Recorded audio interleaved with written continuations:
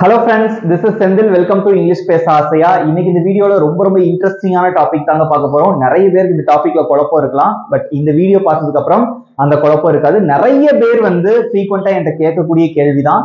லைவ்லயும் நான் நிறைய பேர் கொஸ்டின் கேட்கும்போது சில பேர் தப்பான ஆன்சர் பண்ணிருந்தீங்க இதுக்கு.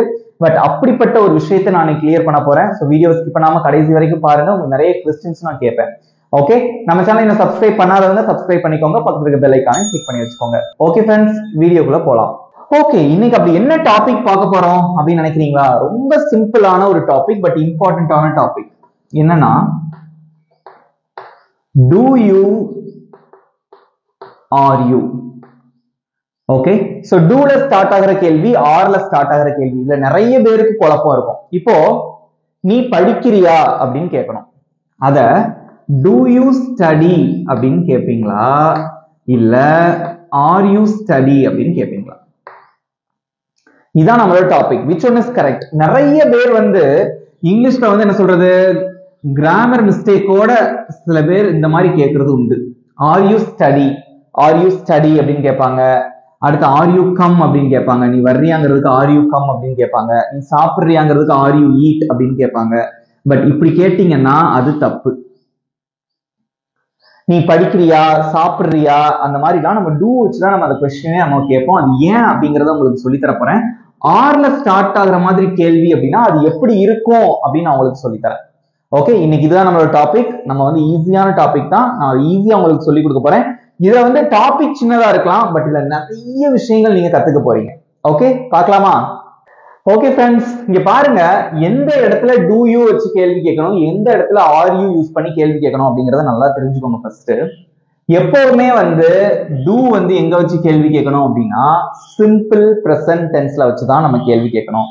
பாருங்க, சிம்பிள் பிரசன்ட் டென்ஸ், இதுலதான் நம்ம டூ யூ யூஸ் பண்ணி கேள்வி கேட்போம். முதல்ல சிம்பிள் பிரசன்ட் டென்ஸ் அப்படின்னா என்ன? இப்ப நடக்கிற விஷயம், இப்ப நான் என்ன பண்றேன், பேசுறேன், எழுதுறேன், படிக்கிறேன், கவனிக்கிறேன், அவ்வளவுதான். இது சிம்பிள் பிரசன்ட் டென்ஸ் அப்படின்னா நிகழ்காலத்துல நடக்கக்கூடிய ஒரு விஷயம். That's it. ஆனா பிரசன்ட் கண்டினியூஸ் டென்ஸ், கண்டினியூஸ் அப்படின்னாலே தொடர்ச்சியாக அப்படின்னு அர்த்தம்.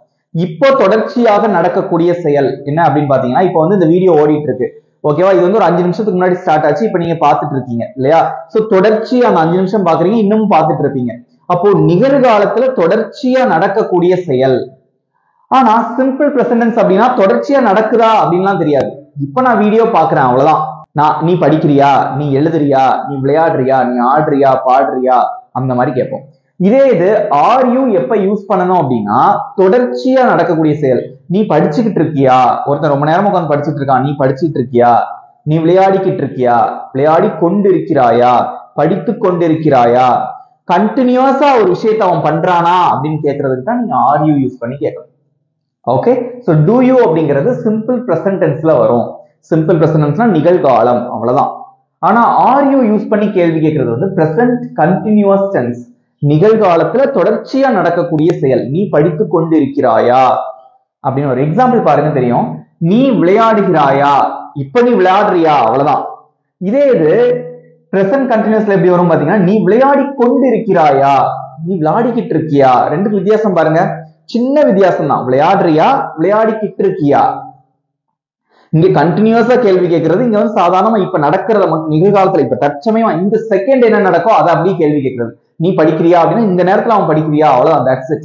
நீ படிச்சுக்கிட்டு இருக்கியா, கண்டினியூஸா ஒரு செயலை செய்யறியா அப்படின்னு கேட்கறது தான் கண்டினியூஸ் டென்ஸ் யூஸ் பண்ணுவோம். பாருங்க, எக்ஸாம்பிள் பாருங்க. நீ விளையாடுறியா, நீ வர்றியா, நீ படிக்கிறியா. ஓகே, இங்க பாருங்க எப்படி இருக்கு. நீ விளையாடி கொண்டு இருக்கிறாயா, நீ வந்து கொண்டிருக்கிறாயா, நீ படித்து கொண்டிருக்கிறாயா, இந்த மாதிரி வந்தாதான் ஆர் யூ யூஸ் பண்ணணும். இன்னும் நல்லா தெரிஞ்சுக்கோங்க, simple present tense do you use பண்ணி கேள்வி கேட்கும் போது ஐஎன்ஜி சேர்க்க கூடாது. ஐஎன்ஜி வராது, ஒரு வேர்போட ஐஎன்ஜி வராது. ஆனா ஆர் யூ யூஸ் பண்ணி நீங்க கேள்வி கேட்கும் போது கண்டிப்பா வெர்போட ஐஎன்ஜி சேர்க்க வேண்டும். ஓகே, வெர்பு கூட கண்டிப்பா ஐஎன்ஜி சேர்க்கணும். எக்ஸாம்பிள் பார்க்கும்போது புரியும். இன்னொன்னு நல்லா தெரிஞ்சுக்கோங்க, இதுல நான் வேற எந்த சப்ஜெக்ட பத்தி நான் சொல்லி தர போறதே கிடையாது. இதுல நான் சொல்லி தர போற ஒரே சப்ஜெக்ட் என்னது, யூ மட்டும்தான். யூனா என்ன தமிழ்ல? நீ அல்லது நீங்கள். நீ விளையாடுகிறாயா, அதுவும் ஒண்ணுதான். நீங்க விளையாடுறீங்களா, அதுவும் ஒண்ணுதான். நல்லா தெரிஞ்சுக்கோங்க, யூ அப்படிங்கிறதுக்கு ரெண்டு மீனிங் இருக்குங்க. அதாவது சிங்குலர்னாலும் ப்ளூரல்னாலும் ஒரே அர்த்தம் தான். நீ நீங்கள் நிறைய பேருக்கு தெரிஞ்சிருக்கும், தெரியலனாலும் இப்ப தெரிஞ்சுக்கோங்க. ஓகேவா? ஸோ பேசிக்ல இருந்து இங்கிலீஷை நம்ம கத்துக்கணும். ஓகே, இங்க பாருங்க, நீ விளையாடுகிறாயா. மத்தவங்கிட்ட தான் நம்ம எந்த கேள்வினாலும் கேட்போம்.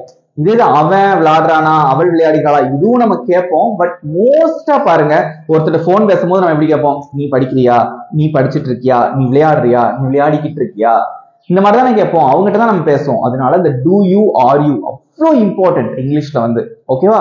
இங்க பாருங்க, ஆன்சர் தெரிஞ்சவங்க காமெண்ட்ல சொல்லலாம். ஏன்னா ஏற்கனவே சொல்லி கொடுத்த டாபிக் தான், பட் நான் டிஃபரன்ஷியேட் பண்ணி காமிக்கிறேன், அவ்வளவுதான். ஓகே, இங்க பாருங்க, நீ விளையாடுகிறாயா, எதுல ஆரம்பிக்கணும்? விளையாடுகிறாயான்னு தான் இருக்கு. விளையாடி கொண்டிருக்கிறாயான்னு இல்ல. இந்த இடத்துல போய்கிட்டு ஆர் யூ பிளே அப்படின்னு கேட்க கூடாது. எப்படித்தான் கேட்கணும்? டூ யூ பிளே, அவ்வளவுதான். Do you play. பாருங்க, டூ யூஸ் பண்ணும் போது வெர்போட ஐஎன்ஜி சேர்க்க கூடாது, மறந்துடாதீங்க. ஓகே, டூ யூ பிளே, அவ்வளவுதான். லாஸ்ட் கொஸ்டின் மார்க் வரணும், ஸ்டார்டிங்ல டூ யூ வருது. Okay, right. இங்க பாருங்க, நீ விளையாடி கொண்டு இருக்கிறாயா, நீ விளையாடிக்கிட்டு இருக்கியான்னு கண்டினியூஸ்ல கேட்கணும். ஓகே, அப்ப எப்படி கேட்பீங்க? அதுக்குதான் ஆர் யூ யூஸ் பண்ணணும் இல்லையா? ஆர் யூ பிளே போடலாமா? இப்படியே நிப்பாட்டிடுவீங்க நிறைய பேர். இப்படி போடக்கூடாது. ஆர் யூ பிளே இப்படி ஒரு வாக்கியம் இங்கிலீஷ்ல கிடையவே கிடையாது. Okay, it's incorrect. அப்ப எப்படி சொல்லணும்? ஆர் வந்துட்டாலே கேள்வி வந்து முதல்ல ஆர்ல ஆரம்பிக்குது. அதே மாதிரி இந்த இடத்துல ஒரு மெயின் வெர்ப் வருது அப்படின்னாலே நீங்க கண்டிப்பா ஐஎன்ஜி சேர்க்கணும். ஓகே, ஆர் யூ பிளேயிங், நீ விளையாடிட்டு இருக்கியா? இந்த ரெண்டு கேள்வியும் வந்து கிட்டத்தட்ட ஒரு சிமிலரான கேள்விகள் தான். கிட்டத்தட்ட அது வந்து எப்படி சொல்றது, ஒரே மாதிரி தான் இருக்கும். But there is a difference, you should know. English அப்புறம் நம்ம எப்படி ப்ராப்பரா கத்துக்கிறது? யாராவது கேட்டா சொல்லணும் இல்லையா? இப்ப எது கரெக்ட் சொல்லுங்க? டூ யூ பிளேங்கிறது கரெக்டா, ஆர் யூ பிளே அப்படிங்கிறது கரெக்டா? டூ யூ பிளே தான் கரெக்ட். ஆர் யூ வந்துட்டாலே பிளேயிங் ஐஎன்ஜி சேர்த்தணும். ஓகே, மறந்துடக்கூடாது. ஏன் அப்படின்னு கேட்டா அது ஒரு பிரசன்ட் கண்டினியூஸ் டென்ஸ், தொடர்ச்சி வாக்கியத்துல கேள்வி கேட்கறது. இது கண்டிப்பா நீங்க சொல்லணும். Okay, right. நெக்ஸ்ட் பாருங்க, நீ வர்றியா. இந்த கேள்வி அடிக்கடி நம்ம கேட்கிற கேள்வி. நீ வர்றியா வர்றியான்னு தமிழ்ல கேட்போம். அது இங்கிலீஷ்ல எப்படி கரெக்டா கேட்கணும் அப்படின்னா, நீ வருகிறாயா டூல தான் ஆரம்பிக்கும் இல்லையா? டூ யூ கம், அவ்வளவுதான். நீ வர்றியா அல்லது நீங்க வர்றீங்களா, எல்லாத்துக்கும் do you come. Do you coming ING சேர்க்க கூடாது. இதே இது நீங்க வந்துட்டு இருக்கீங்களா அல்லது நீ வந்துகிட்டு இருக்கியா அப்படின்னு கேட்கணும். ஏய், நீ வந்துட்டு இருக்கியா அப்படின்னு கேட்கணும். அப்பதான் எப்படி கேட்கணும்? ஆர் யூ கம்மோட நிப்பாட்டிடக்கூடாது. ஆர் யூ கம்மிங், நீ வந்துட்டு இருக்கியா, ஐஎன்ஜி சேர்க்கும் போது அந்த இ போயிடும். Okay, right. Do you come, are you coming, what's the difference? Do you come அப்படின்னா நீ வர்றியா அல்லது நீங்க வர்றீங்களா. ஆர் யூ கம்மிங் அப்படின்னா நீ வந்துட்டு இருக்கியா அல்லது நீங்க வந்துட்டு இருக்கீங்களா அப்படின்னு அர்த்தம். ஓகே, இது நான் வேற எந்த சப்ஜெக்ட பத்தியும் பேசல, யூ அப்படிங்கக்கூடிய சப்ஜெக்ட பத்தி மட்டும் தான் பேசுறேன். யூ, இங்க யூ இருக்கு.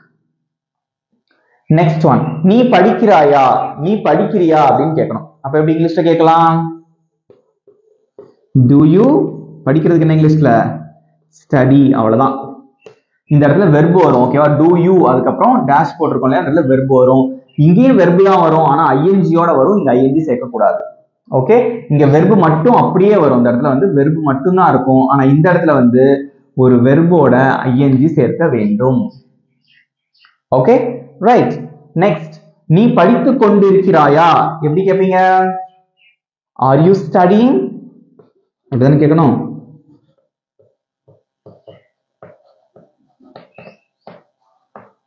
ஐஎன்ஜி சேர்த்தாச்சா? நீ படித்து கொண்டிருக்கிறாயா. அப்ப இங்க பாருங்க, டூல ஆரம்பிக்கக்கூடிய கேள்விகளுக்கு வெர்போட ஐஎன்ஜி சேர்க்க கூடாது. இதே இது ஆர்ல ஆரம்பிக்கக்கூடிய கேள்விகளுக்கு வெர்போட கண்டிப்பா ஐஎன்ஜி சேர்க்கணும். Okay, are you playing, R you coming, are you studying. ஈஸியான சென்டென்ஸா இருக்கா? ஓகே, இதே இதுல கொஞ்சம் பெரிய சென்டென்சஸ் பார்க்கலாம். ஓகேவா? இதுல வந்து எக்ஸ்ட்ரா கொஞ்சம் நிறைய சேர்த்து கொஞ்சம் பெரிய கேள்விகள் எப்படி கேட்கறது அப்படிங்கறத பார்க்கலாம். ஓகே ஓகே ஃப்ரெண்ட்ஸ், ஸோ கொஞ்சம் வந்து பெரிய சென்டென்ஸ் பார்க்கறதுக்கு முன்னாடி நான் உங்களுக்கு ஒரு சின்ன எக்ஸசைஸ் கொடுத்துருக்கேன். ஓகே, ஸோ இதுக்கு வந்து கரெக்டா ஆன்சர் பண்ணுங்க. இங்க பாருங்க, நீ சமைக்கிறியா, நீ எழுதுறியா, நீ நடக்கிறியா, நீங்கள் பாடுகிறீர்களா, நீங்கள் ஆடுகிறீர்களா அப்படின்னு கேட்டிருக்கோம். எல்லாமே சிம்பிள் பிரசன்டென்ஸ் தான். எப்படி கேள்வி கேட்பீங்க? எதுல ஸ்டார்ட் ஆகும்? ஆர் யூல ஸ்டார்ட் ஆகுமா இல்ல டூ யூல ஸ்டார்ட் ஆகுமா? இது சிம்பிள் பிரசன்டென்ஸ் தான் இல்லையா? டூ யூல தான் ஸ்டார்ட் ஆகும். கேள்வி கேளுங்க பார்க்கலாம். நீ சமைக்கிறாயா எப்படி கேட்பீங்க? Do you. சமைக்கிறதுக்கு என்ன இங்கிலீஷ்ல? குக், அவ்வளவுதான். ஆன்சர் கமெண்ட்ல போடுங்க. ஓகே, டு யூ குக், நீ சமைக்கிறியா? நெக்ஸ்ட் ஒன், நீ எழுதுகிறாயா, நீ எழுதுறியான்னு கேட்கணும். எப்படி கேட்பீங்க? do you write? okay, do you write? நீ எழுதுகிறாயா. நெக்ஸ்ட் ஒன், நீ நடக்கிறியா அப்படின்னு கேட்கணும். நீ நடக்கிறியா, சிம்பிள் பிரசன்ஸ் தான் இல்லையா, நடந்து கொண்டிருக்கிறாயா அப்படின்னாதான் present continuous tense. நீ நடக்கிறியாங்கிறது ஒரு சிம்பிள் பிரசன்ஸ். எப்படி கேட்பீங்க? do you walk? do you walk? நீ நடக்கிறாயா. நெக்ஸ்ட் ஒன், நீங்கள் பாடுகிறீர்களா, நீங்க பாடுறீங்களான்னு கேட்கணும். நீ அல்லது நீங்கள் ரெண்டுக்குமே யூ தான் இல்லையா. பாடுறதுக்கு என்ன இங்கிலீஷ்ல என்ன வரும்? sing. okay, do you sing?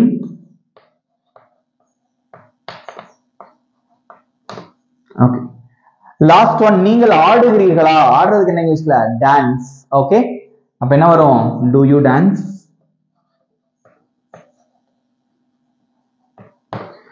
so this is how you should learn English. ஓகேவா? இந்த மாதிரி தான் நம்ம வந்து இங்கிலீஷை கத்துக்கணும். உங்களுக்கு வித்தியாசங்கள், சின்ன சின்ன வித்தியாசங்கள் தெரிஞ்சிருக்கணும். யாராவது வந்து உங்களை கேள்வி கேட்கறாங்க, நீங்க வந்து யாருக்காவது சொல்லி கொடுக்குறீங்க அப்படின்னா அவங்க கேள்வி கேட்கறாங்க, நீங்க அதை கிளாரிஃபை பண்ணணும். சோ இதனாலதான் இங்க do யூஸ் பண்றோம் நம்ம அப்படின்னு உங்களுக்கு சொல்ல தெரியணும். பிகாஸ் இது ஒரு simple present tense. Simple present tense இப்போ நடக்கிறத பத்தி மட்டும் தான் பேசுவோம். கண்டினியூஸ்க்குள்ள போகவே மாட்டோம். அப்படி இருந்தா அங்க நம்ம do யூஸ் பண்ணணும்.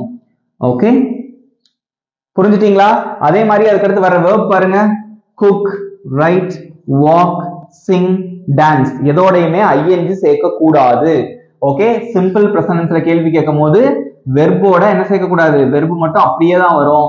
வெர்போட ing சேர்க்க கூடாது. நல்லா ஞாபகம் வச்சுக்கோங்க, மனசுல பதிய வச்சுக்கோங்க. ஓகே, ஈஸியா இருக்கா? வாசிச்சு பாருங்க. நீ சமைக்கிறியா, do you cook? நீ எழுதுறியா, do you write? நீ நடக்கிறாயா, do you walk? நீங்கள் பாடுகிறீர்களா, do you sing? நீங்க ஆடுறீங்களா, do you dance? எப்பவுமே வந்து இப்ப நீங்க எழுதி பார்த்தாப்புல டக்குன்னு உங்களால இங்கிலீஷ் பேச முடியாது. சோ நம்ம வந்து எடுக்கிற கிளாஸே வந்து ஸ்போக்கன் இங்கிலீஷ் தான். மெயினா வந்து இங்கிலீஷ் எழுதும் போது நிறைய பேர் பிழை இல்லாம, கிராமர் மிஸ்டேக்ஸ் இல்லாம நம்ம எழுத முடியும். ஒரு கிராமரை கத்துக்கிட்டோம்னா நம்ம எழுத முடியும். எப்ப நம்மளால பேச முடியும்? You should practice. சாதாரணமான ஒரு வாக்கியம் தாங்க, சாதாரணமான ஒரு சென்டென்ஸ் தான். இங்க பாருங்க, do you cook. இத பேசும்போது do you cook தனித்தனியா சொன்னா நல்லா இருக்குமா? hey, do you cook? நீ சமைக்கிறியா, do you write? சோ அந்த எக்ஸ்பிரஷன் எப்ப வரும் அப்படின்னா பழக பழகதான் வந்து ஒரு விஷயம் வந்து நமக்கு வந்து ஃப்ரீக்வெண்டா வரும். do you write, do you walk, do you eat, do you study? அதெல்லாம் பழக பழகத்தான் வரும். அல்லது நீங்க பேசியே பழகலன்னா எழுதியே பழகிருப்பீங்க. எழுதும் போது வேகமா வரும், பட் பேச வராது. திரும்ப திரும்ப பேசி பேசி பிராக்டிஸ் பண்ணணும். ஒரு விஷயம் தெரிஞ்சிருந்தாலும் பரவாயில்ல, திரும்ப திரும்ப என்ன பண்ணணும்? பிராக்டிஸ் பண்ணணும். Okay, right. நெக்ஸ்ட் ஒரு சில எக்ஸாம்பிள்ஸ் கொடுக்குறேன். ஓகே ஓகே ஃப்ரெண்ட்ஸ், இங்க பாருங்க, இதெல்லாமே வந்து பிரசன்ட் கண்டினியூஸ் டென்ஸ்ல கேள்வி கேட்கறது, ஆர்யூல கேள்வி கேட்கணும். ஓகே, அப்ப வெர்போட கண்டிப்பா ஐஎன்ஜி சேர்க்கணும். நீங்க தான் ஆன்சர் பண்ண போறீங்க. எல்லாத்துக்கும் ஆன்சர் வந்து காமெண்ட்ல சொல்லுங்க பார்க்கலாம். நீ எழுதி கொண்டிருக்கிறாயா, நீ எழுதிக்கிட்டு இருக்கியா அப்படின்னு கேட்கணும். எழுதி கொண்டிருக்கிறாயா, எழுதுகிறாயா அப்படின்னா do you write. எழுதி கொண்டிருக்கிறாயா எப்படி கேட்பீங்க? are you writing? அவ்வளவுதான். are you writing? நீ எழுதி கொண்டிருக்கிறாயா. ஏன் ஐஎன்ஜி சேர்த்திருக்கோம்? கொண்டிருக்கிறாயா கண்டினியூஸ்ல கேள்வி கேட்கணும், அதனால ஐஎன்ஜி சேர்த்திருக்கோம். இன்னொன்னு நீங்க ஆர் வந்திருக்கு, அதனால ஐஎன்ஜி சேர்த்திருக்கோம். Okay, are you writing?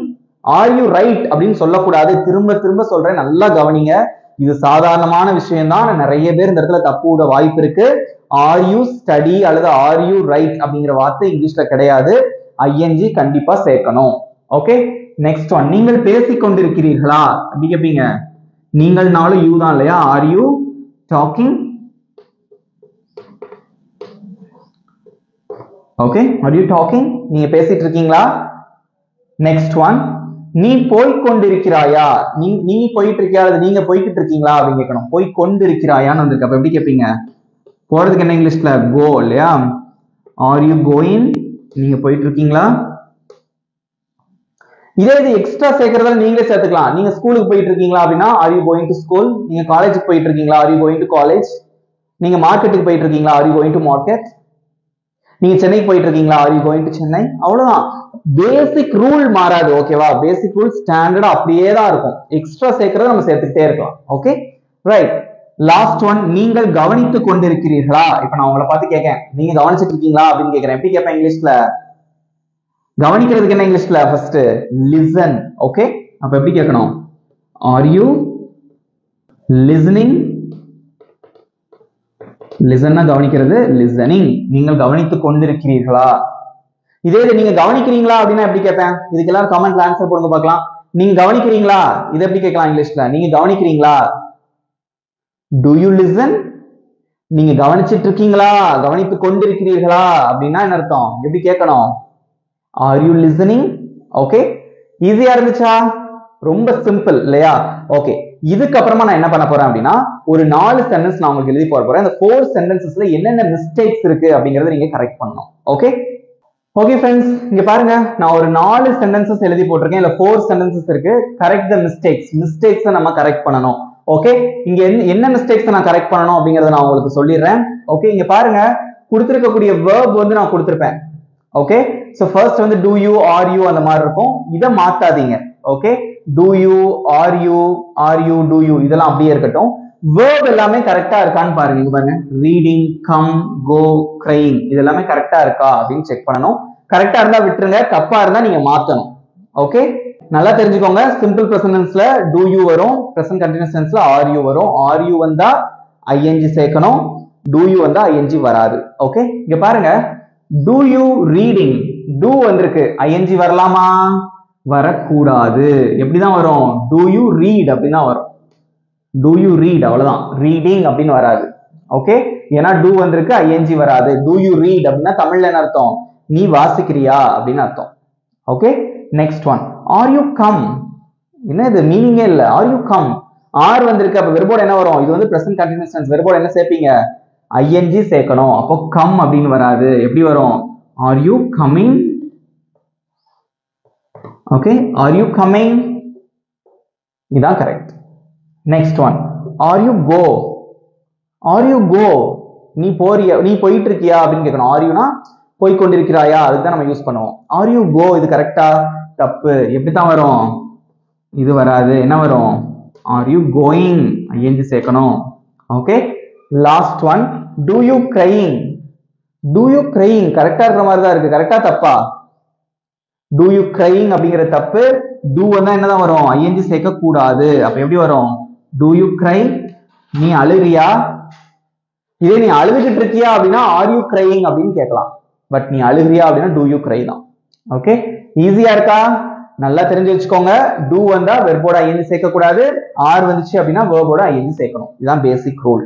நல்லா தெரிஞ்சு வச்சுக்கோங்க. ஓகே ரைட், இப்போ வந்து கொஞ்சம் லென்த்தியான சென்டென்சஸ் பிராக்டிஸ் பண்ணலாம். ஒரு 2-3 சென்டென்சஸ் மட்டும் கொடுத்துட்டு உங்களுக்கு ஹோம்வொர்க் கொடுக்குறேன். ஓகே ஓகே ஃப்ரெண்ட்ஸ், இங்க பாருங்க, இப்போ வந்து ஒரு 4 சென்டென்சஸ் எழுதி போட்டிருக்கேன். பட் ரொம்ப ஈஸியான சென்டென்சஸ். ஓகே, எல்லாமே வந்து கொஞ்சம் எக்ஸ்ட்ரா ஒரு சில வார்த்தைகள் ஆட் பண்ணிருப்போம். பள்ளிக்கு, அவனுக்காக, கிரிக்கெட், என்னுடன், இதெல்லாம் வந்து வேர்புக்கு அப்புறமா தான் நம்ம சேர்க்கணும். முதல்ல நம்ம ஸ்ட்ரக்சரை போட்டுக்கணும், அதுக்கப்புறமா தான் இதெல்லாம் சேர்க்கிற மாதிரி வரும். ஆன்சர் தெரிஞ்சவங்க கமெண்ட்ல சொல்லுங்க பார்க்கலாம்.